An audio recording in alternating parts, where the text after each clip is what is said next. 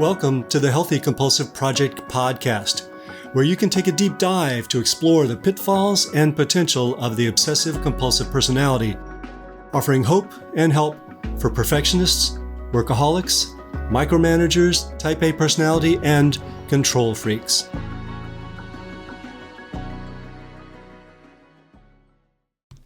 Hello everyone, Gary Trosclair here, psychotherapist, Jungian psychoanalyst, and author of the Healthy Compulsive Project book, blog, and podcast. Being serious often seems like the right thing to do, whereas humor and laughter may feel like they're just a distraction from getting stuff done and getting stuff in perfect order. But we pay a price for this dichotomy. We lose out on benefits that would otherwise be good for us and, frankly, more fun. But there are pitfalls with humor as well. Used callously, it can hurt others and ourselves. And used habitually, it may be a defense to avoid difficult emotions. So today, we're going to explore the upside and downside of humor and laughter to bring some awareness of its benefits and help you to use it joyfully and playfully rather than destructively. So join me for episode 95 of the Healthy Compulsive Project podcast. No laughing matter. What being so serious does to your life. Has anyone ever told you that you're too serious? Seriousness can cause problems like inflexibility, burnout, fatigue, and bad breath. While I can't cite data for the bad breath, I'd bet my couch it does cause it. But perhaps worse is what seriousness excludes: humor and laughter. There's tons of research out there which says that they improve relationships, physical health, and emotional well-being for everyone. But since it's one of my specific and very serious missions in life to apply this information to people who are compulsive, obsessive, perfectionistic, and type A, I'm going to focus on how humor heals the psychology of those of us who try too hard, and how a dearth of humor multiplies the psychological challenges we bring on by being too sober. Compulsives as a lot tend to become more serious over time, crusty, rusty, and blustery.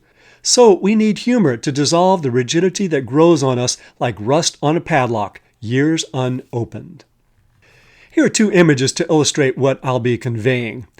Laughter creates warmth that can melt personality traits that have become frozen and unhealthy.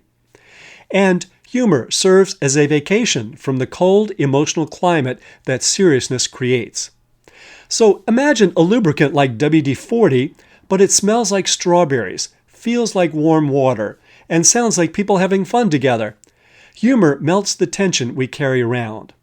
Or imagine humor as a Caribbean island where you go so that the sun can melt away all the rigidity that has built up during your efforts to be so perfect, without even having to get on an airplane. The compulsive personality can either flow like water, that is, healthily, or become frozen stiff like ice, that is, unhealthily. Humor can help melt that ice and return us to our natural, healthy state.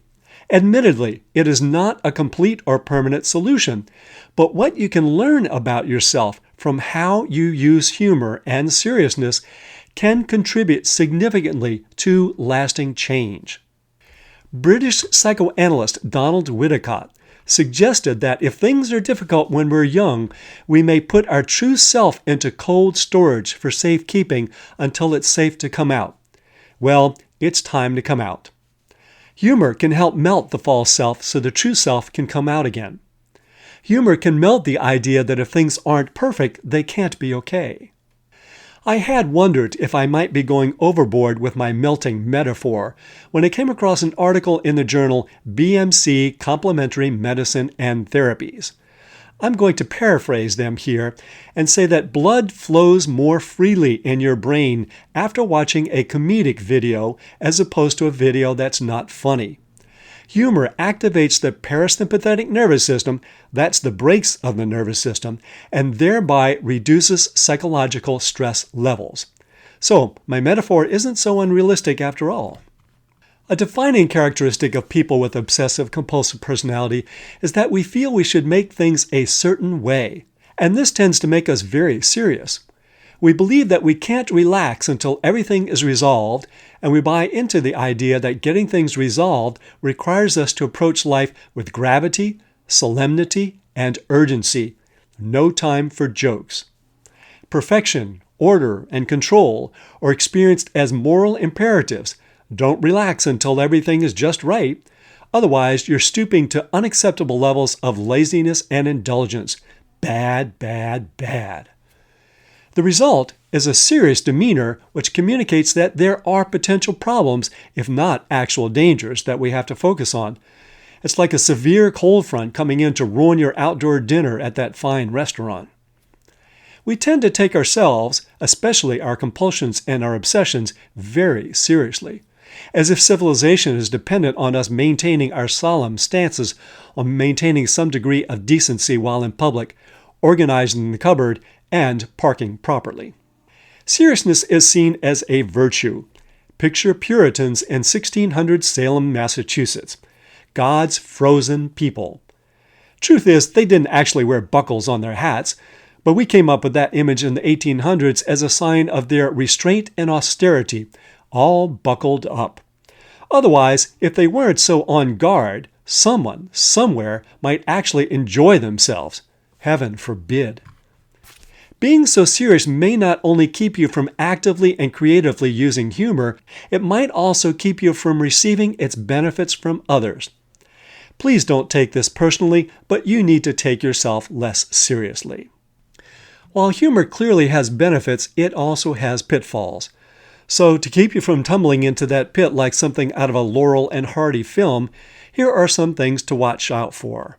First, defensive avoidance. Humor is known as a high-level defense. That is, while it might be adaptive in some cases, it can also be used to avoid difficult emotions or subjects.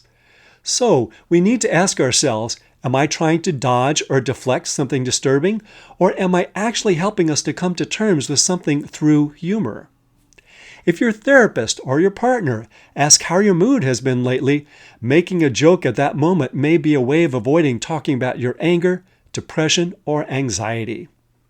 Then there are the interpersonal pitfalls. Compulsives tend to use humor to chide others when they don't follow the rules, a not-so-subtle way of saying, "You buffoon, you screwed up." Teasing can help us build resilience and express affection, such as, "Hey Bill, I see you're boycotting the barber." But a constant barrage of it that hits below the belt erodes the self-esteem of its targets, like, "Hey Bill, I see you're still boycotting the gym." Using humor can be a win-win. You might feel proud of your joke, and others benefit as well. Self-esteem goes up, seriousness goes down. But sometimes, to deal with our own insecurity, we use humor to put others down and elevate ourselves. Humor becomes a performance intended to raise self-esteem at the expense of others. Since compulsives are usually focused on getting stuff done and resolving the unresolvable, they don't always pay attention to how they come across to others. So, the humor they do attempt may not go over well, or it might offend. My own default is to use humor that's absurd or ridiculous.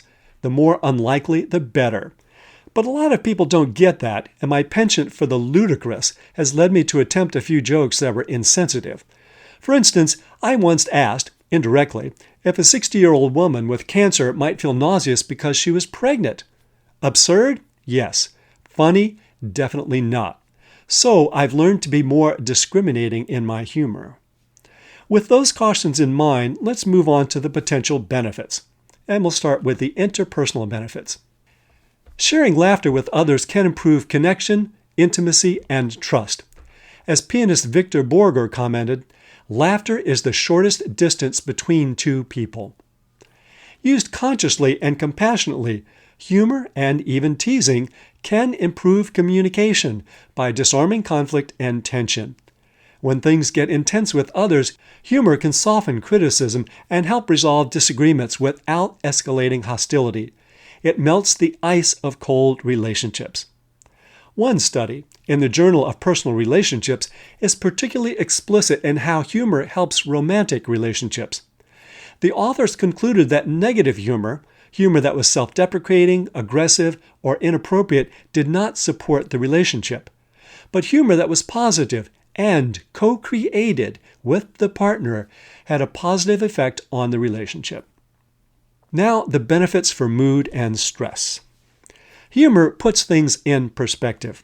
Since we tend to get caught in the details, it can help to step back and look at the big picture so that we aren't consumed with the negative aspects of life. It also communicates that things are okay, despite appearances. Laughter and humor can decrease anxiety, depression, and grumpiness. Mahatma Gandhi, who suffered from despair and self-doubt, and who experienced lots of very dire circumstances, said, "If I had no sense of humor, I would long ago have committed suicide." Humor helps us to increase resilience and endure the difficult. It helps us to achieve distance from the things we obsess about or feel we need to fix. It helps us to recover from challenging or merely annoying experiences. The monster becomes less threatening when we imagine it with a plastic gun and a bang flag coming out when the trigger is pulled. Now we'll talk about the physical benefits. Humor and laughter can melt stress, and since we tend to stress a lot, there's a lot to melt. Laughter reduces levels of stress hormones and activates the release of endorphins, natural mood boosters. And since compulsives tend to use their bodies as pack horses rather than a source of pleasure and wisdom, a good laugh can go a long way in regaining a loving relationship with your body by lowering physical tension. Humor can boost your immune system, increase pain tolerance, improve cardiovascular health, blood vessel function, and blood flow. A study published in the journal PLOS One indicated that laughter can significantly reduce cortisol levels. And just in case your muscles ever get tight, a good laugh can help to release that tension for up to 45 minutes. And now the cognitive benefits. I know, who has time for jokes? But what if I told you it could actually help you to be more effective and efficient? Would you like to think better and improve your ability to solve problems? Apparently, humor stimulates parts of the brain involved in insight and flexible thinking. Because humor can lower tension, it can also raise learning and retention. I'm not sure that this metaphor is biologically accurate, but it may help to think of humor as creating a warmer climate in your brain that encourages the growth of new neural connections, connections that can override the old ones that kept you from thinking more flexibly. I'm not a naturally witty person, but I do try to use humor when I can summon it in this blog, partially because I enjoy it, but also because it lightens things up in a way that improves thinking and retention.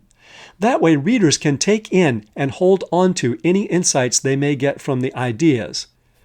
I've taken my cue from figures like Jon Stewart and John Oliver, who systematically sprinkle their political commentary with humor every 4 minutes. It turns out there's good reason to do this. According to a study published in the journal Advances in Mind-Body Medicine, watching a humorous video improves learning ability by 39% and improves delayed recall by 44%. And just one more study. In a study done in China, using puns to measure our reaction, humor was also found to improve comprehension and make thinking more flexible. So, melting the ice, how to use humor effectively. Here are some ways to use humor more effectively. And please note, there are times to be serious. These suggestions are to help you to use seriousness and humor consciously and adaptively, rather than habitually and destructively. I've organized my suggestions into 3 categories. First, what's it for? Then, take your humor seriously. And third, joke gently. So, what's it for? Ask yourself whether being so serious has helped you to reach your goals. If it has, ask whether it is worth continuing to carry your seriousness with you. It is, after all, very heavy. Remember what you want to use humor for. That is, improved relations, mood, cognitive capacities, physical health, or to communicate that things are okay, even when it doesn't seem that way. You may even use it just for the pure fun of it, seeing Aunt Betty succumb to delirious laughter after giving you trouble for your outfit. Jokes don't have to be brilliantly funny, unless your goal is to show how brilliant you are. But for the benefits outlined in this post, dad jokes and groaners are just as effective. Now let's talk a little bit about taking your humor seriously. Make time for film, literature, comedians, and television to take a vacation and melt the seriousness. Make it a custom to start family meals with a joke. Ask for jokes as gifts for birthdays, Father's Day, and Mother's Day. And finally, joke gently.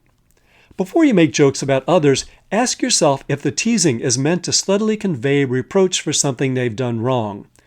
Humor may be a good way to communicate that there was a better way to do something, but be sure you're highlighting something they've done rather than who they are. And this goes for you too. If you make yourself the object of humor, take the edge off. Do it without being self-deprecating. One technique is to sing destructive thoughts in order to depotentiate them. For instance, try singing, "I'm really, really, really bad," to the tune of Happy Birthday. It becomes hard to take yourself too seriously while doing that. If you can use humor constructively to take yourself less seriously and melt the rigidity that comes with too much pressure and responsibility, it's a win-win. Otherwise, the joke's on you. You can find transcripts of this podcast with links to research sources and lots more at the Healthy Compulsive blog, www.thehealthycompulsive.com. If you'd like to subscribe to the Healthy Compulsive podcast, hit that subscribe button. And for a thorough guide to cultivating the positive potential of the compulsive personality, find my book on Amazon, The Healthy Compulsive, Healing Obsessive-Compulsive Personality Disorder and Taking the Wheel of the Driven Personality. And if you find any of these helpful, let others know by leaving a review. Till next time, enjoy the drive.